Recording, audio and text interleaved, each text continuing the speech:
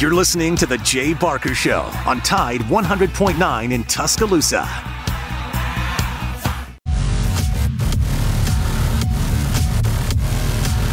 Welcome into the show.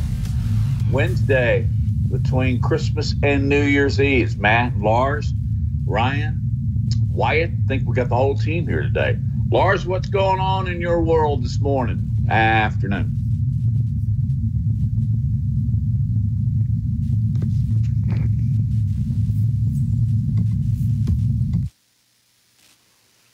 Well, all right. Apparently having difficulties here technically. I think we're getting them worked out. Have a pretty massive echo, and this is live radio. Matt, how are you doing today? All right. Well, I can take the ball here. How's everybody at the studio doing today? Up. Ryan Fowler, who works for our flagship station in Tuscaloosa, Tide 100.9. He arrived and is there in Pasadena, and he's going to be giving all our stations Tide 100.9 and 1230 WTBC reports leading throughout the week. So he's there. Alabama has arrived as well. So they're getting ready for the Rose Bowl on New Year's Day at 4 o'clock. So Alabama's there. Ryan Fowler's there. So what more do you need? Also, you've got the first SEC team to play in a bowl game. I read that, and it just didn't sound right, but it may be. But tonight at 8 o'clock, Oklahoma State takes on Texas A&M. Oh, that's a situation concerning our SEC teams as we get ready for, we've had bowl games. The Birmingham Bowl was just this past week, and it was incredible. But no SEC teams. Kind of surprised me. Of course, the SEC does occasionally put a team in the Birmingham Bowl. But we need to take a break and straighten out some of our technical issues. And when we get back, we'll get to the meat of the matter here, the heart of the matter, on the Big Noon Sports presented by Haley Sansing, Union Home Mortgage. Tide 100.9 Tuscaloosa weather. Partly sunny skies through the afternoon hours today. It'll be mild with an afternoon high near 56. Tonight, expect mostly cloudy skies, maybe a slight chance of a shower. The overnight low near 31. Then for your Thursday, a sunny start, but clouds thicken during the day. Look for colder temperatures with a high of 44. I'm meteorologist Bill Murray on Tide 100.9. It's 52 degrees in Tuscaloosa. More Big Noon Sports coming up.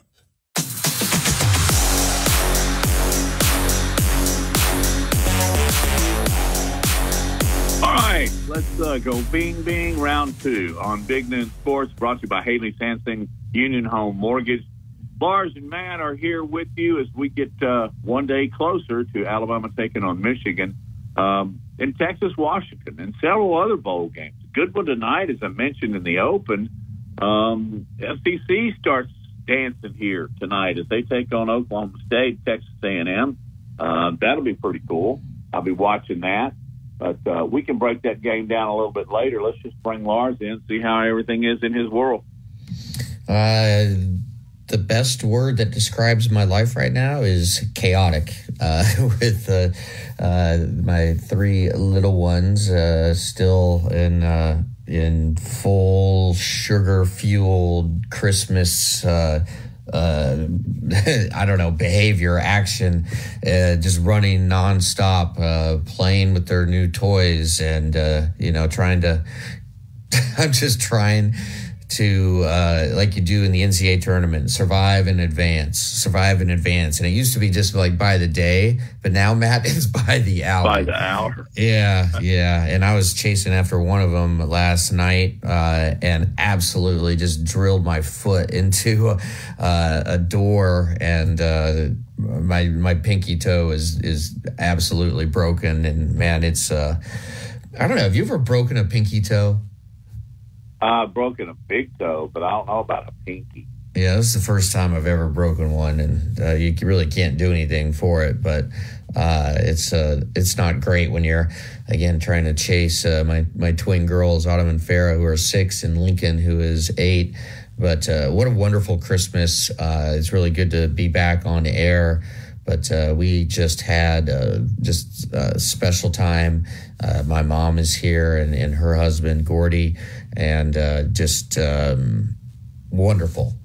A memory that I'll take with me I'll hold dearly and cherish for the rest of my life. How was your Christmas? Oh, it was awesome. I saw all of my family, with the exception of my daughter that lives in Tyler, Texas. But we had a lot of faith, fun, and family, and football. Some football, not a lot, but I did watch some NFL because that was on almost all Christmas Day. And the NFL it's got some interesting twists going on. Maybe we'll give that a little time today too, because it's interesting. Just real quick, Lars, I was kind of hanging my hat on the 49ers, but maybe it's Baltimore. Yeah, Baltimore. Who's the best team in the NFL right now? Yeah, Lamar Jackson, I think, pretty much wrapped up the MVP award with his performance at San Francisco, flying across the country, and just putting a butt whooping on San Francisco. And I think San Francisco needs to kind of look hard at itself, because Baltimore just manhandled them on both sides of the ball. Brock Purdy, I think heading into that game was the MVP front runner. True. But it seems like he threw a pick every other play, and he was not reading the coverage very well. And I tell you what, Kyle Hamilton is a great player, the safety, who I think is in his second year out of Notre Dame. There was concerns about him coming out, like if he could kind of hold up in pass coverage, but man, he had 2 huge interceptions, and I think it's safe to say that the team to beat the NFL right now is the Baltimore Ravens. And then on the flip side of that, you look at Kansas City as well.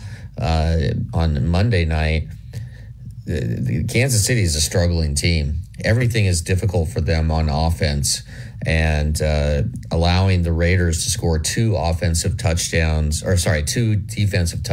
a span of about 8 seconds.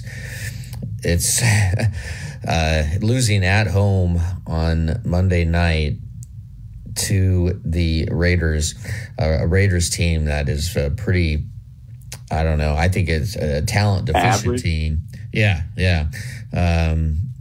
Kansas City, it's going to be tough for them, I think, to make a lot of noise in the playoffs.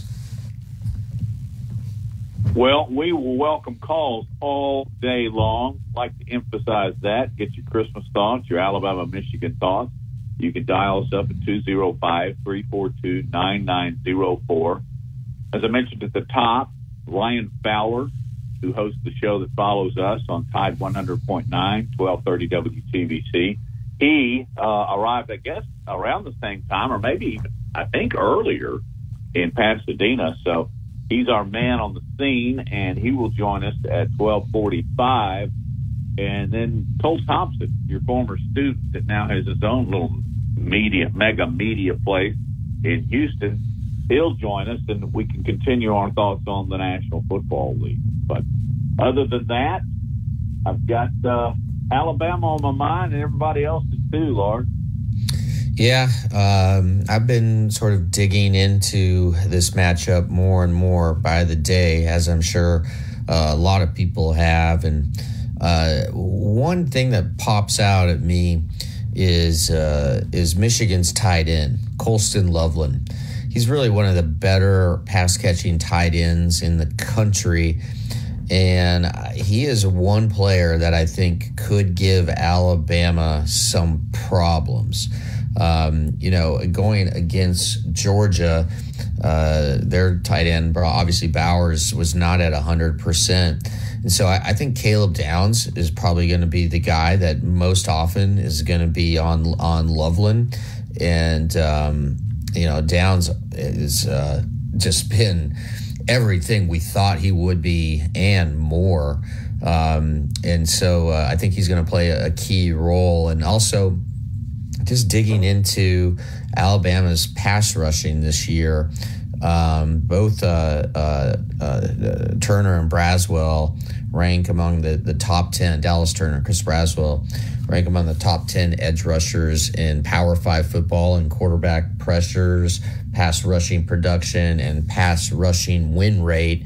And that's according to Pro Football Focus. And we've talked a lot about Pro Football Focus. I think they do a great job of sifting through the statistics and really pick out which ones are most important. So they basically are saying that Turner and Braswell are maybe the best sort of 1-2 edge rushing combo in the country. And just in the last 2 games, this is amazing. The last 2 games, they've combined for 23 quarterback pressures. So if they can win one-on-one on the edge in Michigan, the thing is you can't double both of them when it's a clear passing situation. So their tackles are going to have to hold up. But the player who I think could be, as I mentioned, who could cause some problems is Loveland, the tight end, Colston Loveland. Good dive. Just don't know how much when they're lining up. Just with 3 or 4 extra tackles and running straight at them. Turner and Braswell are really good at coming off the edge. How good, Lars? How good are they against the rush? Oh yeah, they're very good, Alabama. Let me see here. They have allowed. Let's see. In the last 5 games, Alabama's allowed 749 yards on the ground, which is a 4.8 average and 10 touchdowns. And so the rush defense hasn't been great, but Alabama's a good tackling team, and I think the DBs are really good in run support, and I think they will play a big role in shutting down the run or attempting to shut down the run, because Michigan is not going to come out and sling the ball all around the field with McCarthy. They are going to play smash mouth, 3 yards in a cloud of dust, kind of pound it down your throat offense. And then if they can get that going, that will open up play action, bootlegs, get a tight end going over the middle on a play action, hit Loveland. This is all stuff that Nick Saban is preparing for and they're talking about. But it's just I think fundamentally, it's gonna come down to, is Michigan's offense and is the Big Ten are they as good as they appear? Because their power. I've watched Michigan several times this year, and especially against my Nebraska Cornhuskers, they just blew Nebraska off the line of scrimmage. I've never seen a team do that to a Nebraska team. And I think they won, 59-0 or something, but they were stealing Nebraska's plays. Not that it would have mattered, but it's just going to come down to sort of brute strength and athleticism.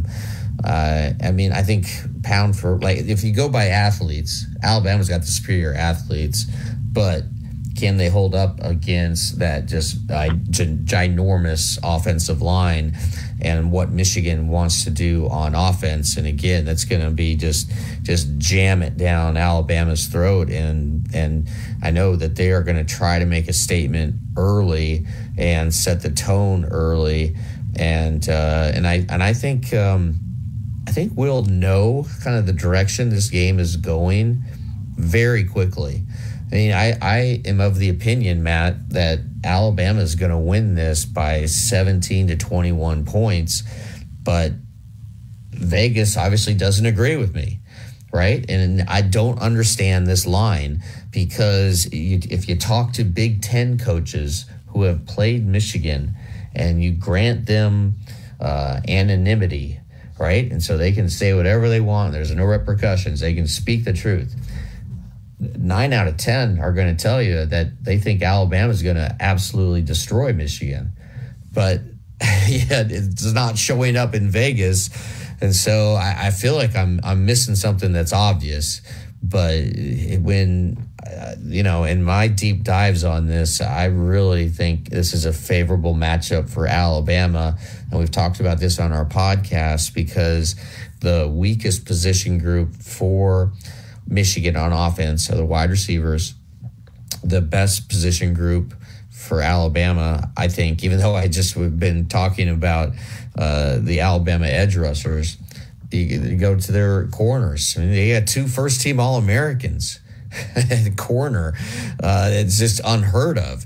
And so if they can, if Arnold and Kool-Aid can lock down the 2 Michigan, their top 2 wideouts in man-to-man coverage, that allows Alabama to be a lot more creative on defense. It gives them flexibility to push the safeties up, and just do sort of exotic like run blitzes, and it's just different things. And so to me, again, this is just not a great matchup for Michigan. But am I missing something, Matt? Well, they're the best defense in the nation. They were tested a few times this year, certainly Ohio State, Maryland, and Penn State. But other teams, they just blew everybody out of the water. They're a ball control, run first, run second, run third team. And I think maybe Vegas is just saying they're going to keep it close and win it. Not really sure why. It's puzzling to me. But apparently it's not going to flip like we all anticipated when it first came out. But it's a very good Michigan team. My professional opinion is I hope you're right, but I don't think you're going to be. I think a 17-point win would be tremendous because Michigan, hey, don't forget now, Michigan's playing with a big chip on their shoulder. Harbaugh is preaching me against the world. So we'll see. We'll take more phone calls. I'd like to hear your comment on this. Also, that ESPN computer thing, Lars, ESPN ST Plus. Yeah. I found looking for the Alabama-Michigan, but I found the Texas-Washington. I'll pass that along to the other side of the break. You listen to Big Noon Sports, presented by Laura Lee Thompson, the Bama Broker.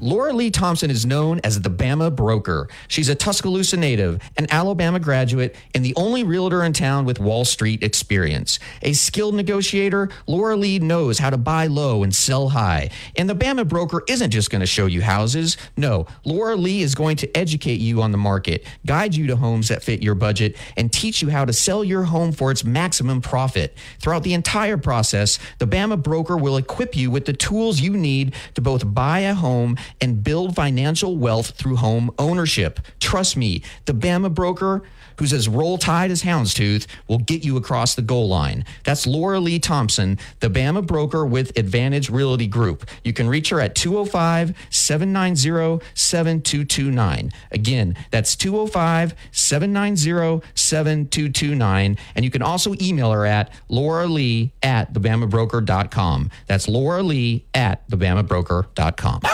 This is the Big Noon Sports Network.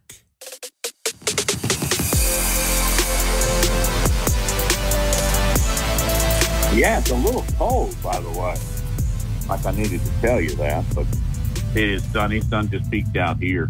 But welcome back into Big Noon Sports. Matt and Lars, Wyatt at the controls. And coming up in just a minute, we'll be talking to Ryan Fowler. He has the 2 to 6 show on Tide 100.9, 1230 WTBC, and he is in Pasadena, as is the Crimson Tide, and many fans are headed out there as well.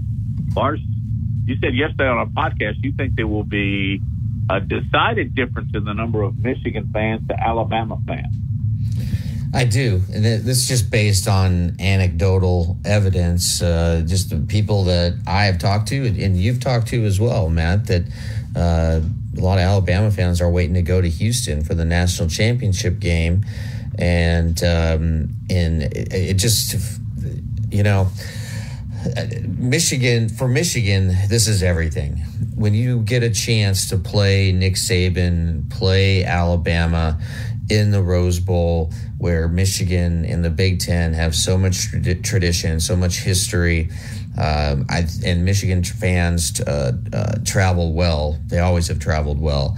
My guess is it's going to be a 70-30 Michigan crowd, maybe 65-35, 60-40. I just think Michigan will have somewhat of an advantage when it comes to the crowd. But, the Rose Bowl is not that loud of a stadium because the noise just simply escapes. And it's not like the fans are just right on top of you because it's the unique just bowl, right? They go out and away. Yeah, up and away from the actual field of play. They're not stacked anyway. So, I don't think it's going to be that big of a deal, but, I just think I do believe that Michigan will have an advantage. And, let's face it, too. It's expensive to get out there. And a lot of Alabama fans have been traveling, spending a lot of their money over the last 13, 14 years on going to games in the postseason. So,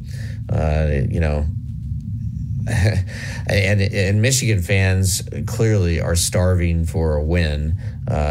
Jim Harbaugh 0-6 in his last 6 bowl games, and also 0-2 in the college football semifinals.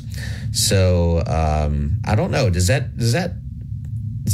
scare you? Does it make you nervous as an Alabama fan, Matt, that Harbaugh seems due for a win? He seems due for a win in a bowl game.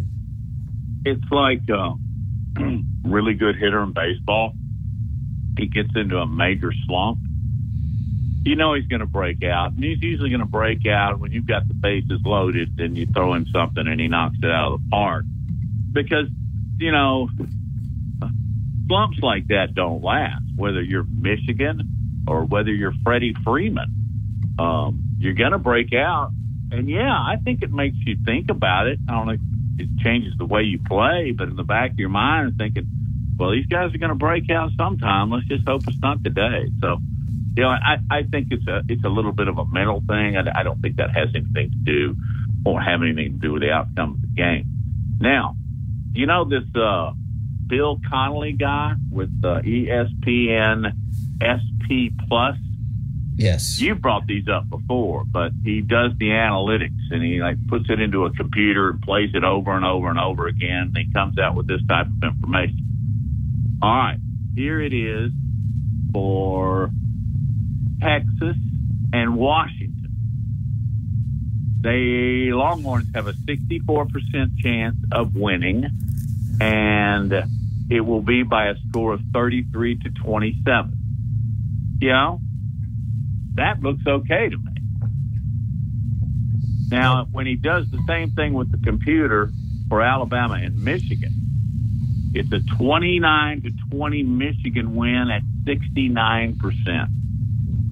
So here we go with a conflict of information again.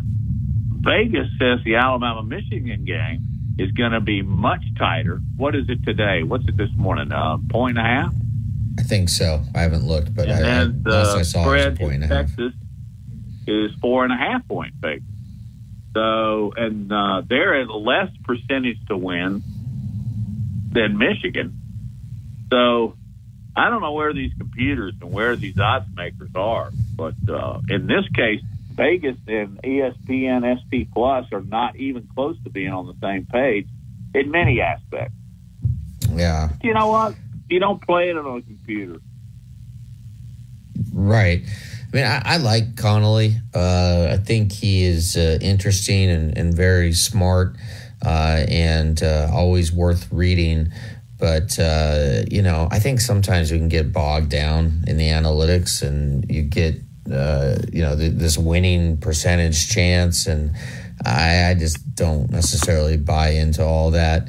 I try to, you just look at, you analyze the game based on what you've seen. And again, I go back to one of the biggest mismatches, is, as I mentioned, is Alabama's edge rushers, Dallas Turner, Chris Braswell, going against the Wolverine offensive tackles. And these tackles have struggled mightily in the last few games. And that's why what Michigan is going to do on offense is they're going to be moving McCarthy around, moving pockets, do short, quick passes to basically mitigate their weakness of these two average offensive tackles. So what does Saban do against that when you have a quarterback that wants to get it out quickly and just spread it around, play point guard? And I think it's just going to be try to clog up the passing lanes and collapse the pocket. And don't let McCarthy get outside of the tackle box or get outside of the pocket. I think Alabama's defensive linemen are always going to have their hands up to try to bat the balls down with those quick slants that they are going to throw, and they'll be coming. But Nick Saban is just so good when he has this much time to prepare. And I also think that, if you get Michigan in 3rd and 6, right, or 3rd and 5 or longer, that really favors Alabama, and allows Turner and Braswell to just go and get the quarterback. I would be surprised if one or both don't make a big impact play or multiple plays in the Rose Bowl. There was a game earlier this year. It was at the midway to latter point of the season where Michigan ran the ball like 4 times in the first half and then didn't even run the ball in the second half against the Big Ten team. And they still won handle. So I am curious because I think we have to allow for the chance that, hey, Michigan's been doing this. They've been doing it for years. They've been successful with it. They're undefeated this year running the football. Lars, what if they can run the football against Alabama? If they run the football against Alabama, it will be a challenge. And then Alabama is going to have to adjust what they do on offense because it will turn into a higher scoring game. And that's not necessarily, I think, what Alabama wants. But I mean, you look in the playoff era under Nick Saban, Alabama's record in the semifinals is 6-1, and you're going against a team and a coach that's 0-2 in the semifinals. And so Nick Saban obviously knows a thing or two about preparation. Who do you give the edge here in the coaching department? In coaching? I mean, yeah, clearly. It's far on Nick Saban. Yeah. Yeah. Who do you give the edge to at quarterback? Milroe. Because he can run and throw. And McCarthy is more limited to the run. He can pass a little bit. Now, he's a good player. J.J. McCarthy's a good player. I've seen some mock drafts that have him going in late first round. I don't know if that's going to happen, but let's examine. What do you think Alabama's going to try to do? right? I mean, you know. Well, that was kind of my follow-up. Can Alabama run on the number one defense in the nation? I have questions there. That is a great question. I mean, as we all know, that Alabama's line averages over 330 pounds per man. But you know, they struggled early in the season. They've come on, especially Caden Proctor. But, you know, Michigan is bigger up front than most teams. And so on defense, so it'll be this is going to be big boy football for sure. It is going to be just who can control. I mean, I think it is just very fundamental. Who can control the line of scrimmage? Is man against man. Who wins these matchups, right? So this is going to be caveman football. I like it. I like that a lot. Okay. Hey, let's go to Pasadena right now. On the other side of this break, we'll go to Ryan Fowler. You're listening to Big Noon Sports presented by Haley Sansing, Union Home Mortgage.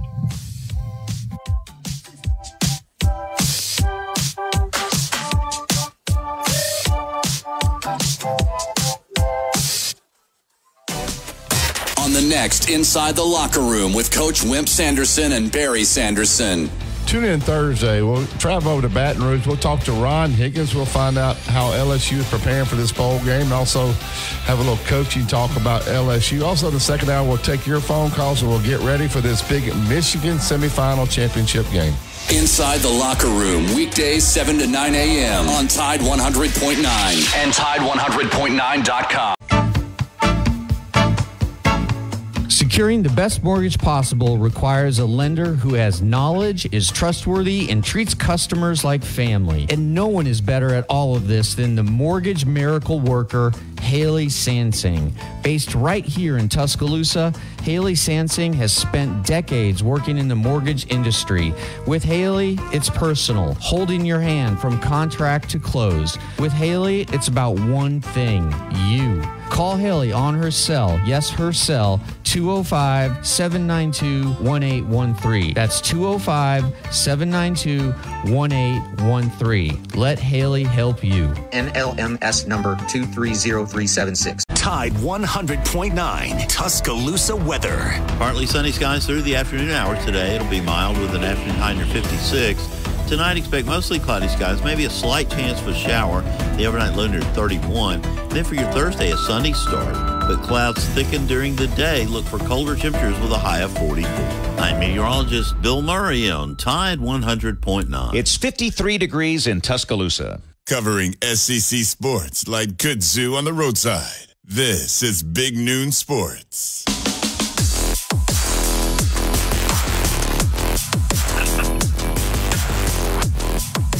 Lars and Matt, appreciate everybody dialing us up. Wednesday, the week between Christmas and New Year's Eve. It's going to be an interesting week as we get ready for the build-up in Pasadena at the granddaddy of them all. Haven't heard it referenced that way except in one of our promos, which is kind of cool. The Rose Bowl, an historic, and you know, you think about it being on the West Coast, you used to be the host of the Pac-12 and the Big Ten, and that was the granddaddy of them all, and that's what those two conferences wanted to win. But the history dates back further than that, and that's where Alabama put its mark on the college football world, Lars. Yeah, and just came out just about an hour ago that Caleb Downs has been named the Sean Alexander Freshman of the Year. So Caleb Downs bringing in some hardware. All right, Ryan Fowler out in Pasadena. Ryan, how are things? What's the latest with the Crimson Tide? Well, it's Alabama fans have started to arrive a little bit. I've seen quite a few of the players kind of walking the streets. The media hotel is only a couple of blocks away from where the team is staying at the Intercontinental.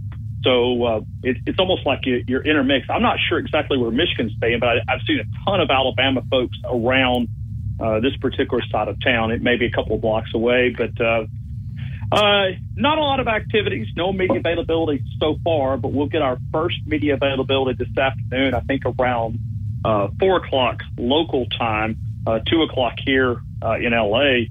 at Disneyland. It is the official welcome party to Alabama and Michigan. They used to do those arrival press conferences, and you'd go out to the airport, the plane would land, and then the water hoses would shoot across the plane. It was kind of a welcome there.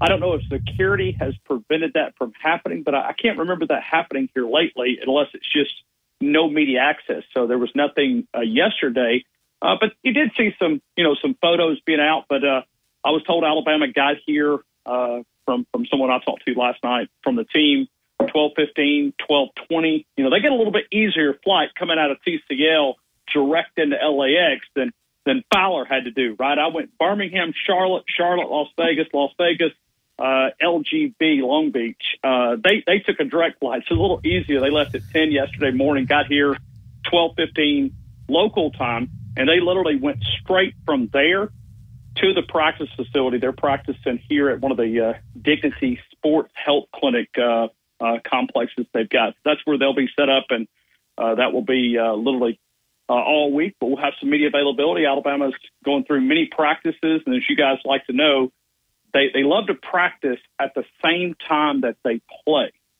So I would assume that they'll probably have an afternoon practice at some point following that Disneyland trip, or they may have practiced this morning and then allow the players to enjoy Disneyland for the remaining part of the day. That may be another option as well. Hey, when they open up the media here in bowl games, and I think they do this at the SEC championship games too, you get access to a few more players and coaches. And I know that I think tomorrow Reese will be up, and then maybe Kevin Steele the following day, or maybe both tomorrow. What kind of questions, since it's such a rare opportunity, what do you ask those guys, leading into the Michigan game? Well, I think we start with what Lars said a couple of minutes ago, and you guys, y'all got a little bit of years on me as far as coverage in the media, so I'd love to maybe get you guys to jump in. But when you think about a true freshman like Caleb Downs that won the Sean Alexander Maxwell Freshman of the Year, which is by the Maxwell Foundation, I'm starting to think that I can't remember a player. And certainly the name after Sean Alexander, he did some great things as a freshman, but the consistency of Caleb Downs, 95 tackles, he leads the team. He's just been a leader. He doesn't play like a true freshman. I can't remember. I know he's not a running back. He's not a wide receiver. But can you guys think of a freshman that's more talented than Caleb Downs when you think about not just this year, but as Alabama football history, freshmen that have made impacts this quick? Not at that high-profile running back, quarterback, wide receiver, but a defensive back that has anchored this team as a true freshman. That's big. And everybody I know points to Minkah Fitzpatrick. But I also remember Minkah Fitzpatrick getting torched by Hunter Renfrow out in Glendale against Clemson. I was there for that game, and there was almost they couldn't stop him. They couldn't slow him down, couldn't try to find a way.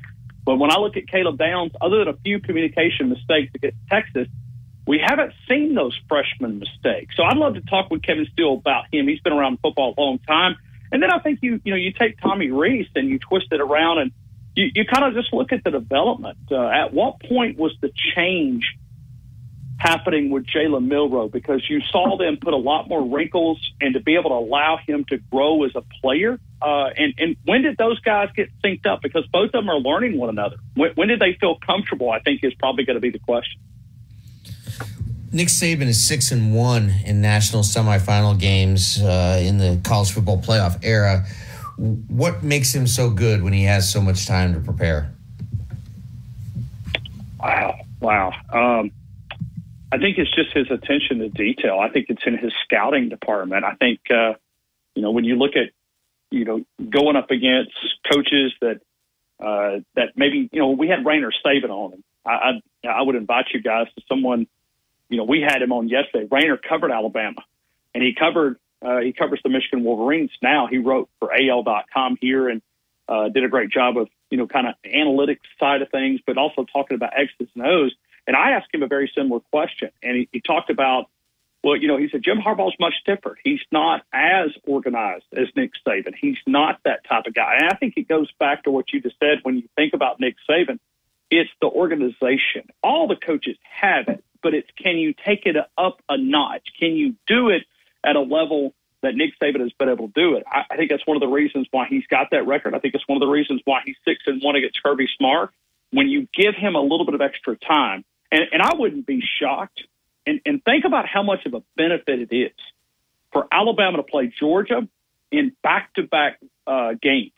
It's almost like that Auburn game allowed Alabama to clean up some of their deficiencies in stopping the rushing attack. So Michigan, it's not a secret. They're going to try to run the football against Alabama. So when you think about Georgia, and I went through some of the analytic numbers yesterday, Michigan doesn't stack up like Georgia does in running the football. I think just about every metric I saw, there was none of them that were ahead of Georgia in those same numerical columns. So when you think about Alabama playing Auburn, where they got exposed in the rushing attack, they cleaned that up. They played Georgia. Now they play Michigan.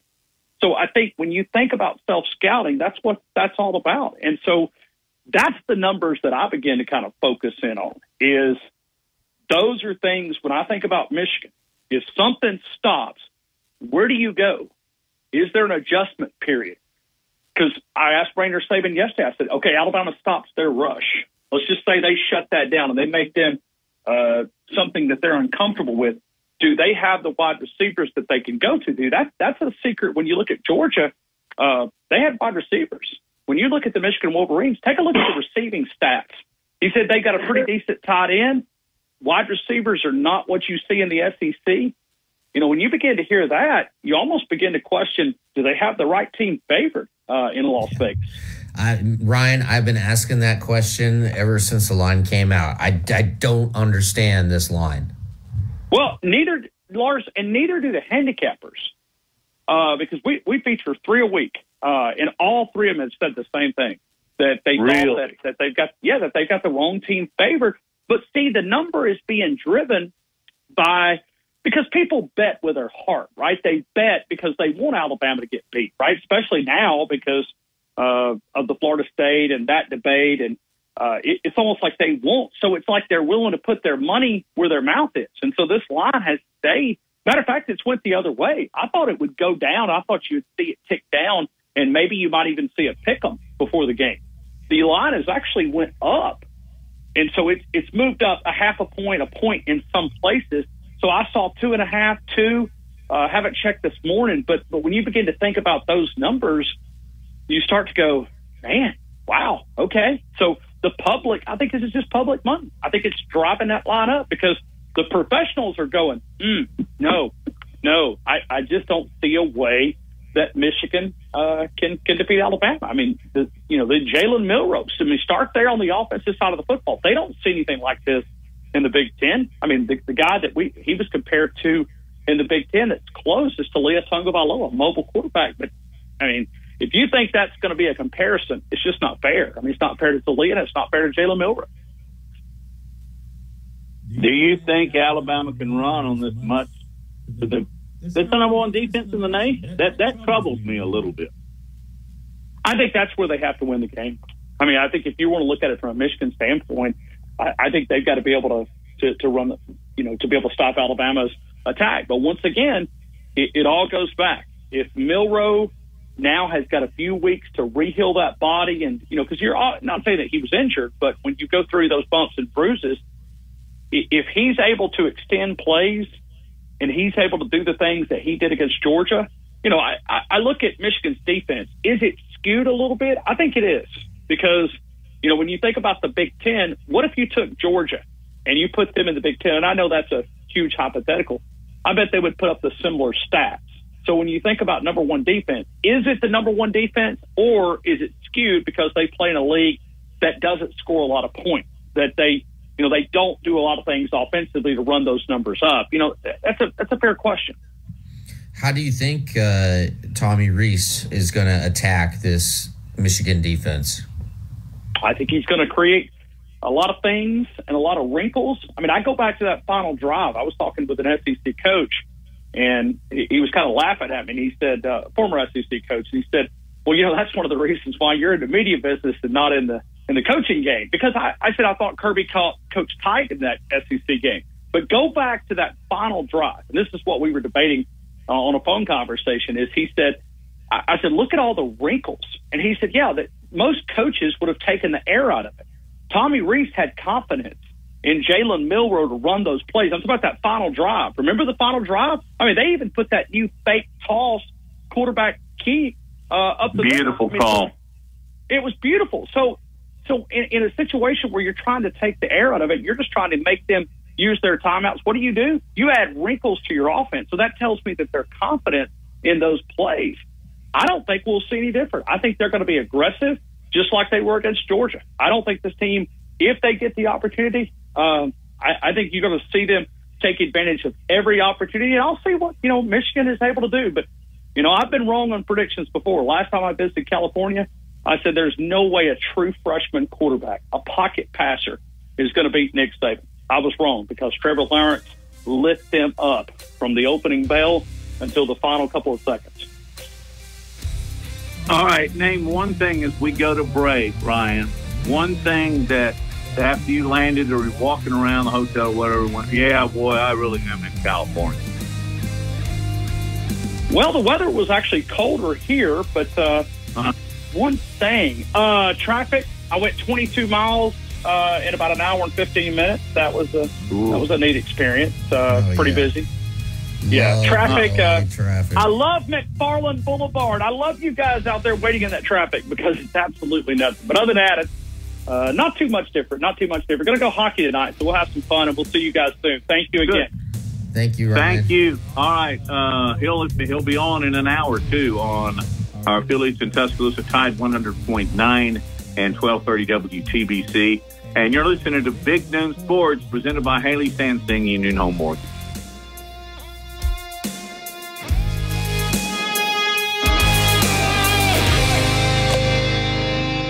Laura Lee Thompson is known as the Bama Broker. She's a Tuscaloosa native, an Alabama graduate, and the only realtor in town with Wall Street experience. A skilled negotiator, Laura Lee knows how to buy low and sell high. And the Bama Broker isn't just going to show you houses. No, Laura Lee is going to educate you on the market, guide you to homes that fit your budget, and teach you how to sell your home for its maximum profit. Throughout the entire process, the Bama Broker will equip you with the tools you need to both buy a home and build financial wealth through home ownership. Trust me, the Bama Broker, who's as roll tide as houndstooth, will get you across the goal line. That's Laura Lee Thompson, the Bama Broker with Advantage Realty Group. You can reach her at 205-790-7229. Again, that's 205-790-7229. And you can also email her at lauralee@thebamabroker.com. That's lauralee@thebamabroker.com. WTBC Tuscaloosa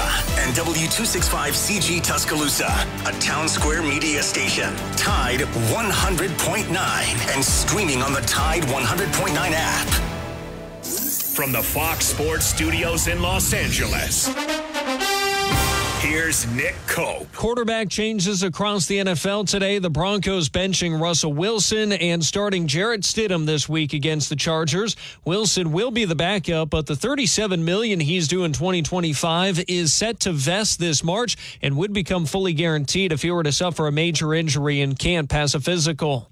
Giants coach Brian Daboll announced Tyrod Taylor will start against the Rams. Commanders coach Ron Rivera said Jacoby Brissett will start against the 49ers. NFL media reports Texans quarterback C.J. Stroud remains in concussion protocol, but he is expected to practice. Jaguars quarterback Trevor Lawrence said his injured shoulder is still sore but improving. He said it's too soon to project if he can play this week. Finally, in college football, Tennessee freshman quarterback and former #1 recruit Nico Iamaleava will start the Citrus Bowl for the Volunteers on Monday against Iowa. The best sports talk in Alabama. This is Big Noon Sports.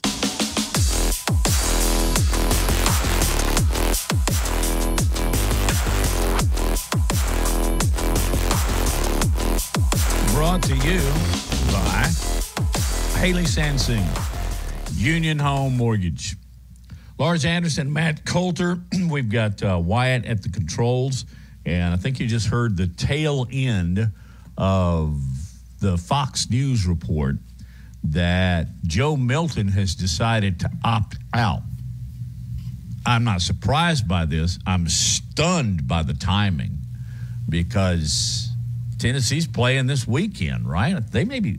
But, Lars, I gave pause, and I thought, well, certainly they've been working out with this Iamaleava. That's the way I've said his last name, Nico Iamaleava, the highly touted quarterback out of California that Tennessee got on campus last year. But certainly, you know, they knew this. They hadn't been practicing Milton up to this point, and he suddenly opted out, right? Yeah, it sounds like something funky is going on behind the scenes that we're not aware of, but odd timing for sure, Matt. And I simply don't have information on it. You know, I just think it's strange. Yeah, and the story is very, very short, and it doesn't go into any detail except that he has opted out. And this story came out 2 hours ago. So, and the other thing is, Tennessee's, you know, not playing for a whole lot here, right? Isn't this the opportunity where you play the freshman anyway? I mean, yeah. He's been on campus for a year. He's highly touted. Heupel loves him. The fans love him. I think they want to see him play, and I guess Milton actually can somehow have a seventh year. That's why he's opted out as opposed to hanging around.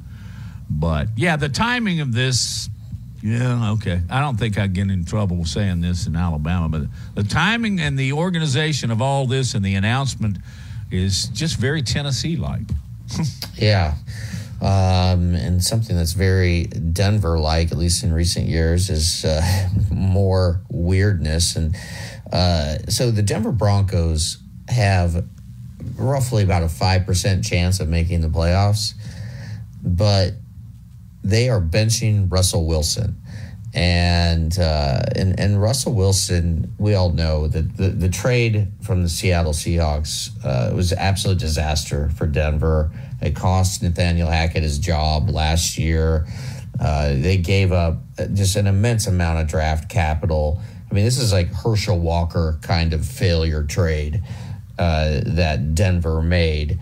And now they're benching Wilson as a way to make sure that he basically is going to be denied about $37 million in guaranteed money. That's a lot of money. And then they presumably are going to cut him. But isn't it weird that you throw in the towel when you still actually have a chance? You still have a chance. And, maybe Jarrett Stidham can catch fire. I doubt it. Cool. But yeah, I'm just really surprised that that they did this. But clearly, so you see financial motivation here. Oh, absolutely, 100%. They want to move on. He's having a pretty decent year, right? He is. I think he's the seventh ranked quarterback, seventh ranked passer in the NFL. I mean, he's not the Russell Wilson in his prime, obviously.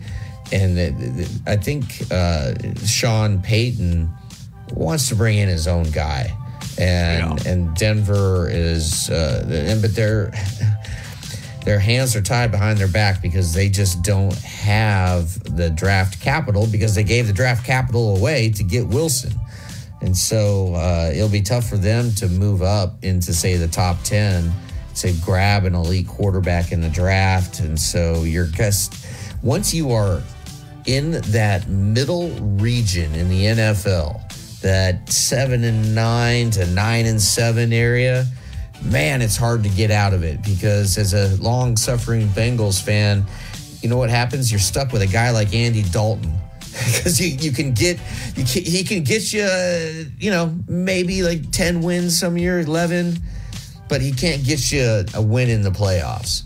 I think Dalton was 0-6 in the playoffs. And then you're kind of hosed when it comes to the draft. And that's where Denver is right now.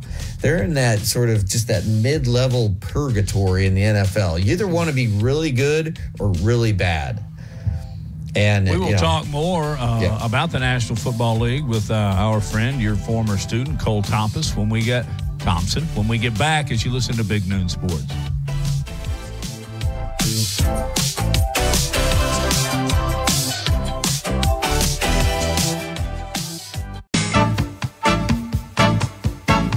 Securing the best mortgage possible requires a lender who has knowledge, is trustworthy, and treats customers like family. And no one is better at all of this than the mortgage miracle worker, Haley Sansing. Based right here in Tuscaloosa, Haley Sansing has spent decades working in the mortgage industry.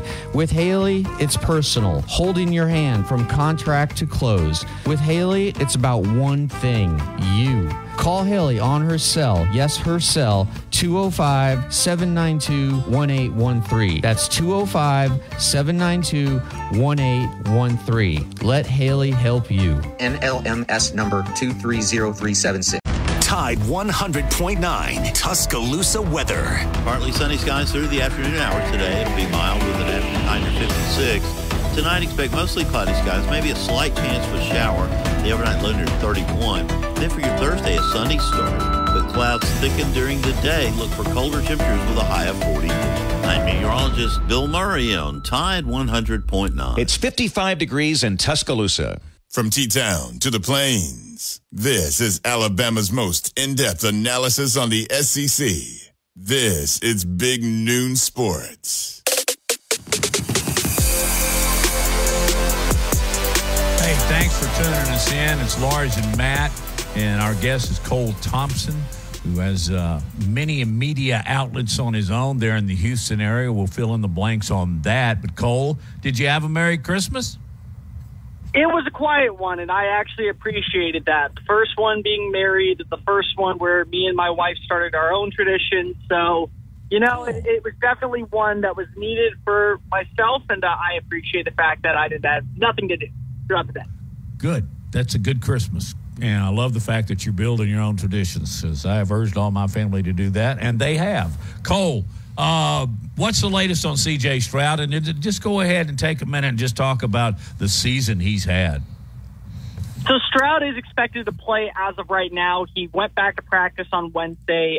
He has cleared concussion protocol for the most part. Physical contact still is very limited, so expecting to be wearing a red jersey throughout the week. But when it comes to Stroud, the reason why the Texans are in the situation that they are, playing meaningful football in the month of December, is his attentiveness to the offense, his ability to learn on the fly, his fearless play style that always seems to be expanding horizons. He's built a great relationship with all of his receivers, whether they be 7-year veterans like Robert Woods or newcomers like Tank Dell. He's spreading the football around a lot. He's not afraid to go back to his first target after surveying the field and throwing it in a tight window. Houston, the last 2 games, have really struggled without him. You know, you go back to that game against the New York Jets. The Jets have one of the best secondaries in the NFL. So anybody who thought that he was going to carve them up and basically serve them on a silver platter, that was never going to be the case. But you've watched as Case Keenum has struggled. You've watched as Davis Mills found success late in the fourth quarter last week against Cleveland. The game was already out of reach at that point, so there was no stipulation to where he was going to forge a comeback. It just feels like right now Houston's best chance of making it into the playoffs is not just winning against Tennessee and against Indianapolis. It's having Stroud back, because they want to be competitive once they get into the postseason picture. D'Amico Ryans has always been talking about what the uptick of the team is. You're going to need your starting quarterback to get there, though. That's kind of the bottom line. So this will be a big test this week, whatever happens. But Houston's playing meaningful football, and that's largely due to number 7 under center. Yeah, he's been amazing. And in my mind, it's like no-brainer Rookie of the Year. Cole, before we get into a deep dive of Alabama, Michigan, I want to stay in the NFL with you. News came out a couple hours ago. Russell Wilson is benched in Denver. It appears that the Russell Wilson era is over. Is this going to go down as one of the worst trades in NFL history? It probably will. The bottom line is that when you look right now at the situation in Denver, it's not the fact that they brought him in and they gave up extensive draft capital with 3 first-rounders and proven players like Noah Fant and Shelby Harris to go acquire him. what this really comes down to is the fact that as soon as he touched down in Denver, they offered him a brand new contract, an extension that still is not even kicked in yet. So we're talking about a quarterback that you're paying to now likely play for another team. He never will play on the current deal signed by previous ownership. But at the same time, here's the bottom line, Lars, when you look at it. When they bring in a brand new owner, the owner makes decisions that's best for the team. And the team decided that Sean Payton was the logical move and the right head coach to hire for the situation that was going on with the program, the franchise. The bottom line is that now, because of the pecking order on the totem pole, the Bolin family is out, the Walmart family is in, and they're now siding with Sean Payton. So everything that we know about Denver goes through Payton. And if Payton does not want to deal with Russell Wilson, he's going to get his wish. They have now hitched their wagon towards Payton. Payton comes from a no-nonsense, we do it my way or the highway type of style. And you look at a guy like Russell Wilson, he's very carefree, he's very relaxed, he's more so a guy that's about image and persona. And the two just were a match made in hell. There's no other way to put it. It was absolutely going to be a disaster from the jump. It was why a lot of people were very hesitant to agree to the hiring of Payton, because of that meant that Russ was potentially 1 foot out the door. And now it just feels like after losing to the New England Patriots, a team that is on a backup quarterback, that is choosing to be on a backup quarterback and openly trying to lose games to better their draft stock, the fact that you lost that game, I think, was the nail in the coffin, that this is a relationship that's not going to work out, and you got to lean more so toward the head coach. Cole, do a deeper dive into what DeMeco Ryans has done there in Houston. I think he's put an attentiveness on doing things a certain way. You know, you look at the way that they practiced this past year compared to years in the past. It's very much a more physical demeanor. It's a very more upscale, but it does feel like they are having these days where you are watching players kind of take the night off, and that's okay, because the last thing you want to do is cause injury and inflict self-wounding situations for yourself. He's also got a really good buy-in from the culture. You know, down here, that's because he played for the organization. But I think the other thing that's really important, guys, is he's young. He's 39 years old. He played in the NFL less than a decade ago, and he's been able to play alongside guys who are going through the same processes that he was when he was a rookie, and what he was when he joined a new team, when he was traded, when he was brought into an organization to be that piece de resistance. He's able to understand the processes that a lot of other coaches won't, because times were changing back then. And this is a coach that played in the same amount of vicinity as some of these guys. I mean, Kareem Jackson, former Alabama great, is now coming back to Houston, and that was Ryans' teammate. Like, that's how long ago Ryans and Jackson have played in the NFL, and he gets the buy-in. So you see the attentiveness when it comes to what is demanded in practice. It comes with a winning background and a no-nonsense type of mentality. But at the same time, I think that there's a trust factor to where players are buying into what DeMeco is selling, because they also understand and they see with their own two eyes, this is a guy who will be able to help me get through the trialing times of playing in the NFL, because if he's been in my shoes before, I can take his advice because I know that he understands exactly what my brain is thinking right now. Cole, let's move over to Alabama, Michigan. Among the many hats you wear, one is you're a draft junkie, just like I am. I love the NFL draft, but you take it a much step further, where you really analyze the guys in the draft and the college players. You do a really good job of coming up with scouting reports, writing scouting reports on all these people. J.J. McCarthy, is he a first-round pick, and what are his strengths and weaknesses, the Michigan quarterback? Well, let's start off with the latter, and then we can kind of build to the front part. The strength is accuracy. That has always been his bread and butter. During his time last season, the thing that they really honed in on, according to his offensive coordinator, was making sure, Sherrone Moore, was making sure ball placement was pristine. Because the last thing that you want to do is see a negative play become a downtrodden moment where it ultimately factors into what will be the end result of the game. So last season, he completed 78% of his throws. This past season, 77.8% of his throws.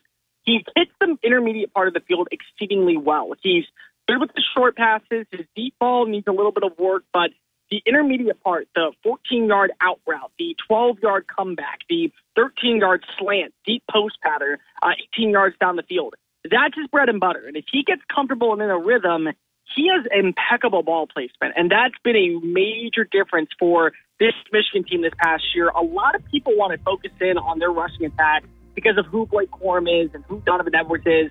They rank middle tier in the SEC, in the Big Ten, and middle tier among all Power 5 teams when it came to running the football. So this is a roster that is able to utilize the passing attack, and they're really good on that.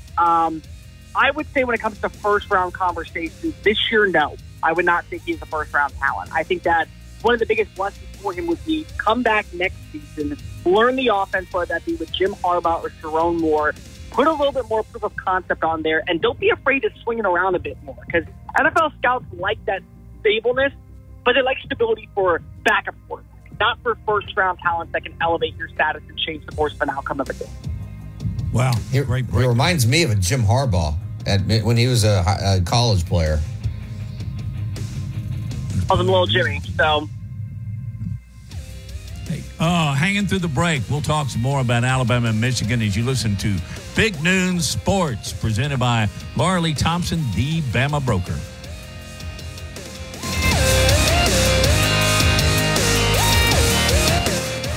The two winningest programs in college football history collide. Jada, look, he's got Miller wide open. 20, 15, 10, 5, touchdown. It's Saban versus Harbaugh.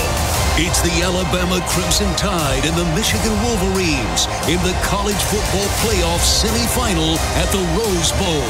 Our coverage starts at 1 this Monday on your home for Alabama football. Down to the Plains. This is Alabama's most in-depth analysis on the SEC. This is Big Noon Sports. Presented by Haley Sansing Union Home Mortgage. Our guest is Cole Thompson. Cole, my question here real quick is, Lars has asked me this 2 or 3 times, but if you were the head coach of one of these starting teams, who would you rather have as your quarterback? And before you answer that, tell everybody what media platforms they can listen and read you. Yeah, so if you want to give me a follow, it's at Mr. Cole Thompson on Twitter. I'm at FanNation.com. I cover all the SEC. I cover Texas, Oklahoma, so 2 newcomers in the SEC and a few other major teams out there. When you're saying quarterbacks, you mean quarterbacks that are playing in the college football playoff right now, right? No. I want to know, would you take JJ or Jalen as your starting quarterback to win this game? Yeah, just that game. The biggest thing is that you know what Jalen's strengths and weaknesses are, and that's not an insult at all. And a lot of people like to say, because if you're not going gung-ho all on Jalen and his assets, then that becomes a problem. It's really not. Everyone knows that Jalen Milroe is a hyper-athletic athlete that is more than capable of turning upfield and turning a 5-yard gain into a 55-yard gain with his legs, and he's got a great deep ball. The problem is that the intermediate part of the field sometimes can be a concern. You watched it on multiple occasions where he overshot an Amari Nick Black, where he's missing Isaiah Bond on a 20-yard out route. And so those are concerns, but that's a strength of what you have with J.J. McCarthy, the intermediate part of the field. But at the same time, the weaknesses that come with McCarthy, deep ball accuracy, the ability to extend plays really outside the pocket and utilize his legs, because he is mobile, but he's not a dual threat quarterback like Jalen Milroe. The strengths that work for Jalen also play a factor into what Tommy Rees and the offense is credited being the difference of this team. If I were to be a betting man right now and I have a 2-minute drive to go 90 yards down the field, I would take Jalen Milroe over J.J. McCarthy because of the mobility aspect. There's something about utilizing your legs to pick up a few extra yards, keep momentum moving, where you won't be taking a step back rather than a step forward. That ultimately is the biggest difference maker for me in this game, and I think that Milroe does that a little bit better than McCarthy. How do you think McCarthy and the Michigan offense is going to try to attack the Alabama defense? I think they're going to try to utilize the rushing attack short and sweet, and they're going to utilize the middle of the field. That's been an area where Alabama has been pretty stable all season. especially in coverage when you look at guys like Terrion Arnold and Kool-Aid McKinstry on the outside, Malachi Moore coming down and playing that star position. You have linebackers like Chris Braswell and others that aren't afraid to make tackles. So this is a team that does have the ability to win at the middle part of the field.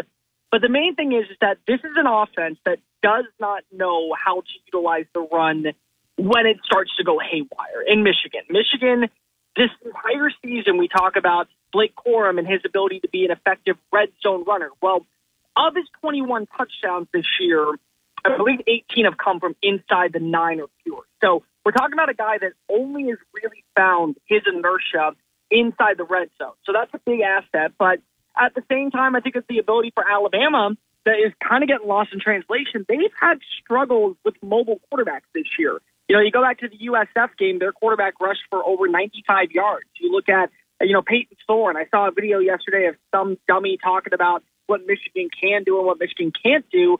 But he said Peyton Thorne was a statue in the Iron Bowl. Peyton Thorne had 57 rushing yards, and he actually had more, but he took some sacks with it. So McCarthy can utilize his legs to pick up first downs on, say, 3rd and 2 or 3rd and 3. That's a big bonus for Michigan. But they're going to want to utilize the rushing attack on 3rd and short just to continue to run down the clock, and they're going to hit the intermediate part of the field. I would expect a big-time game from probably you would want to say Cornelius Johnson. I would not be shocked to see both of the tight ends also be really effective, especially on 3rd and short. Where do you think Jim Harbaugh will be next year? That is the million-dollar question that I think is actually $100 million, because we know that the contract that he's going to be offered is a 10-year, $125 million deal. When I look at Jim Harbaugh, I have to wonder, what else would there be for me in Ann Arbor? Am I coming back because if I want to create a dynasty, I want to be just like Nick Saban and build that block and lay down a foundation where we run the brand new Big Ten, even though we are adding in quality competition. And NIL is always going to be a factor. Am I okay leading on top? If I win the national championship this year, am I okay handing the keys over to the kingdom to Sharon Moore? And by the way, to all of the SEC fans that are listening right now, I don't know what you're hearing about Brian Kelly going to Ann Arbor. I've talked to some people. Scott Woodward will not allow him to leave Baton Rouge. So that rumor is just completely composed.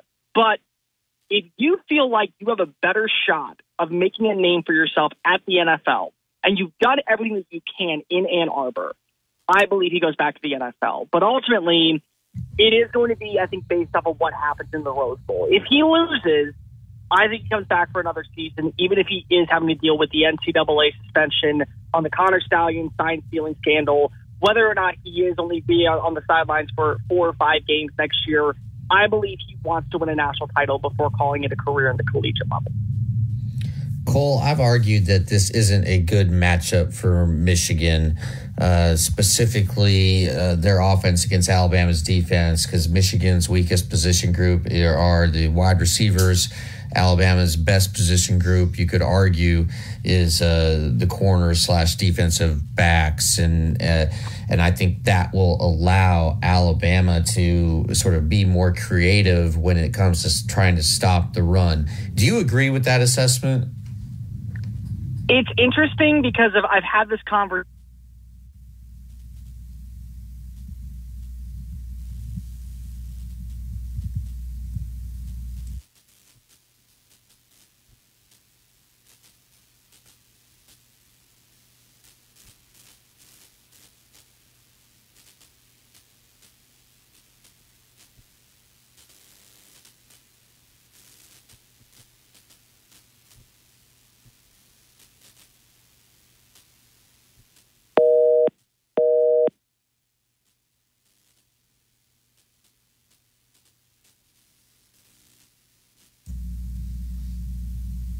Okay.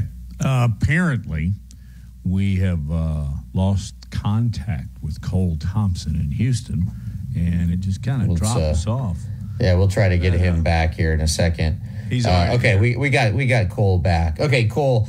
We lost you there just for a minute. If you could go back to the very start of answering the question from me about about the matchup for Michigan not being a good one, especially on their offense against Alabama's defense, because the weakness of the wide receivers and Alabama's excellent defensive backs.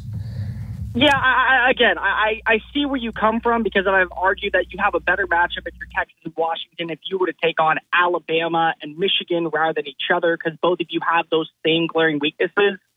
In my opinion, this is a matchup that fares better for Alabama, but take nothing away from what the secondary play has been underneath Jesse Minter this past year. Michigan is the number one pass defense in the country, and they have been consistently, regardless of the level of competition that they've gone up against. And you may love Jermaine Burton. His frame has been phenomenal as a deep threat and also as a red zone target. Isaiah Bond has come into his own as, in my opinion, a legit number one receiver. But they have two exceptional corners, and Will Johnson is one of them. And if he takes away one of the playmakers on the outside, I mean, that's leaving you with really only two options in Nick Black and either Burton or in Bond. So I like the matchup in that sense for Michigan. What worries me with Michigan is if they have to become one-dimensional, especially because if they can't get anything going through the air, and then they trail by, say, 10 points going into halftime. 10 points for most teams feels like the ability to come back. For an Alabama roster that's built the way that they are, especially when it comes to their secondary play, going up against this receiving core, you actually are probably saying that 10-point swing is more so feeling like a 20-point swing. Because if Alabama can strike at any moment within 45 seconds, then you may not be able to say the same thing about Michigan. Michigan, I think, is going to give Alabama some fair shares, but I definitely think that right now you're leaning more so toward the Crimson Tide if you are a betting man and when just looking at matchup-by-matchup persona. Hey, before we let you go, let's switch to the other game, and that's the Sugar Bowl, which features Texas and Washington. You got a feel for this one? Yeah, listen, here's the deal, guys. I am Alabama bred through and through. I loved my time at the university. I will always speak highly of Alabama, mainly because Nick Saban's not going anywhere, and until he's pushing up daisies, I think that they are a team that will always be a threat. But the other game is, in my opinion, the better game, because of you are seeing where the faults reside with both of these teams that really are on the come-up in the respective conferences that they're going to, that are playing against each other in out in Los Angeles. I mean, you look right now, Texas finished with a top 3 recruiting class. They've just landed 3 incredible transfers that are going to be plug-and-play day-one starters. And they have a good inertia going into this season. And Steve Sarkisian knows Nick Saban like the back of his hand, and he understands Kirby Smart because they speak the same dialect, which is Sabanism to a T. And Washington, they have the quarterback. They recently added in Will Rogers from Mississippi State, so a very similar style of quarterback to that of Michael Penix. They're always finding the right receivers. Their run game has been very potent as of late. And so you look at the flaws of both these teams with open field tackling, there's going to be a lot of points scored. There's going to be a lot of momentum on both sides for either play, whether it be a turnover or a touchdown. And at the end of the day, these are two teams that I think if they are to win, and they win convincingly, whoever wins between Alabama and Michigan, they're in for a dogfight in Houston. These are two teams that mean business.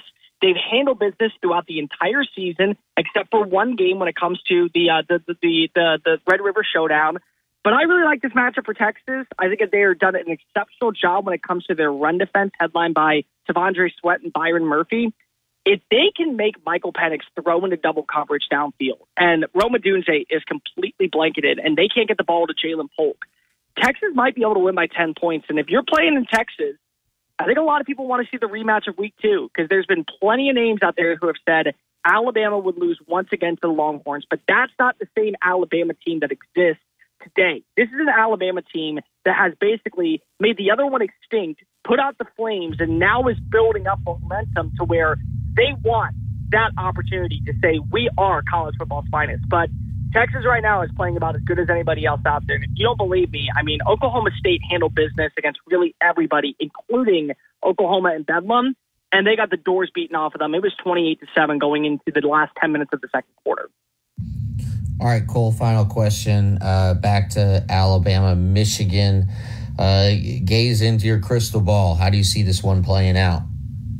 Michigan jumps out to an early lead. I think that they are going to be able to get the ground moving, whether that be Donovan Edwards with a big 29-yard play or Blake Corum with a big 15-yard run for the end zone.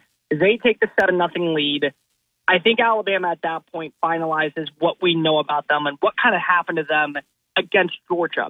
That mentality click just flipped on. It was just an instant where you knew they were going to control everything. The tempo of the game, the passing attack of the game, third down conversions of the game. And a lot of people want to go back and look at that Georgia score and say, oh, well, Georgia won. I mean, Georgia lost, but they only lost by 3. Georgia would have lost by 10-plus if Alabama didn't drop multiple turnovers. I mean, there were opportunities after opportunities for them to capitalize. Alabama really controlled everything that went on in Atlanta. And I think going into the second quarter all the way to the fourth quarter, that's exactly what happens in the Rose Bowl. That's what you're going to see from Alabama. Good rushing performance. Jalen Milroe pops off 2 big touchdowns, 1 for 50 yards.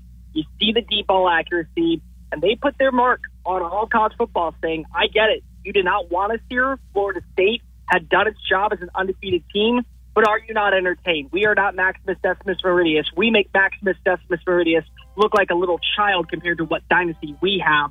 Alabama wins by double digits, and they punch their ticket to Houston. Boom. There you have it from Cole Thompson. Hey, thanks for your time, man. Much considered success. Thank you guys always for having me on. Yeah, thank you, Cole. You're the best, man. Thank you, buddy. Yep, really good stuff. Hey, I want to give a passing and a salute to just an unbelievably talented guy, not necessarily associated with the sports world, but loved this guy growing up. Sad to see him pass. We'll talk about Tommy Smothers when we get back.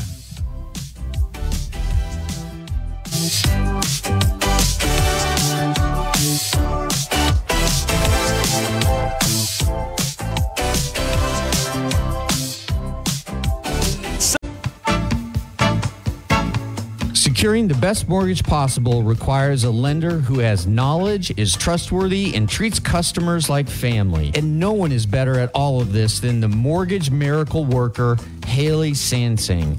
Based right here in Tuscaloosa, Haley Sansing has spent decades working in the mortgage industry. With Haley, it's personal, holding your hand from contract to close. With Haley, it's about one thing, you. Call Haley on her cell, yes, her cell, 205-792-1813. That's 205-792-1813. Let Haley help you. NLMS number 230376. More Big Noon Sports coming up. Hey, thanks for joining us. Appreciate it. It's been a nice and, quite honestly, a very quick show. I wanted to bring this up earlier. We didn't have a chance to. Too many good guests. But Tom Smothers, who, Lars, I don't think you're probably familiar with this guy. He and his brother Dickie had a variety show to speak of back in 65 and 66. It was CBS removed from the air because they were tiptoeing pretty deep into political waters, and at that time that was unheard of, so they took him off the air. Have you ever heard of him? Oh yeah, very familiar with the Smothers Brothers Comedy Hour, and it's amazing the impact and influence that Tommy and Dick Smothers had on comedy in the United States. Even though the show only ran for 2 years, as you mentioned, from 67 to 69, that really was the forerunner and led the path to Saturday Night Live, and now more recently the Daily Show, the late night comedy talk shows. I mean, it all started with them. And I wasn't born yet when that show premiered, but my dad told me all about it, and I've seen old clips from it. And Tommy Smothers and his brother Dick, just hilarious Funny. People. And in the fact that, that they were willing to show their support of civil rights, opposition to the Vietnam War. And, that's why CBS, as you said, canceled them because of the pair's political takes. Things I did not know about Tommy Smothers until I looked them up. just a few minutes ago. He played acoustical guitar in John Lennon's Give Peace a Chance. How about that? Wow. He played with John Lennon. He also later became politically active with John Lennon. When he was younger and he was at San Jose State University, I've never heard of this in my life. It's funny. He was a competitive unicyclist. You ever heard of that? No, I've heard of a unicycle. I didn't know there was a competitive unicycle. What is there, a league? That sounds like a great magazine story right there. Competitive unicycling. Very California. Only in California would you do that. But then he also participated in gymnastics and was a pole vaulter on the track team. I mean, this guy lived a full life, didn't he? Yeah. Hey, and that's all you can ask for. 86 years old, and rest in peace, Tom Smothers. All we want is to make an impact on other people, right? And he certainly did that. There's no question about it. So, Lars, another day behind us as we get closer to the weekend. Hey, give me a feel real quick. I think this is a competitive bowl matchup. Oklahoma State, Texas A&M tonight at 8 o'clock. Who you got? What's the line? I don't even know the line. Do you? I don't know either. I'll take Oklahoma State. I think with Texas A&M in transition, with new coach coming in, and Gundy in Oklahoma State, they were playing really well at the end of the season. So I'm going Oklahoma State. How about you? Well, the Cowboys just have so much stability, and Texas A&M has very little, if any. So, yeah, I would go with Oklahoma State. But ought to be a fun game to watch. And what do you say? We'll line it up, take a snap tomorrow, and we'll be back in 22 hours. Thank you, Lars. Thank you, Wyatt.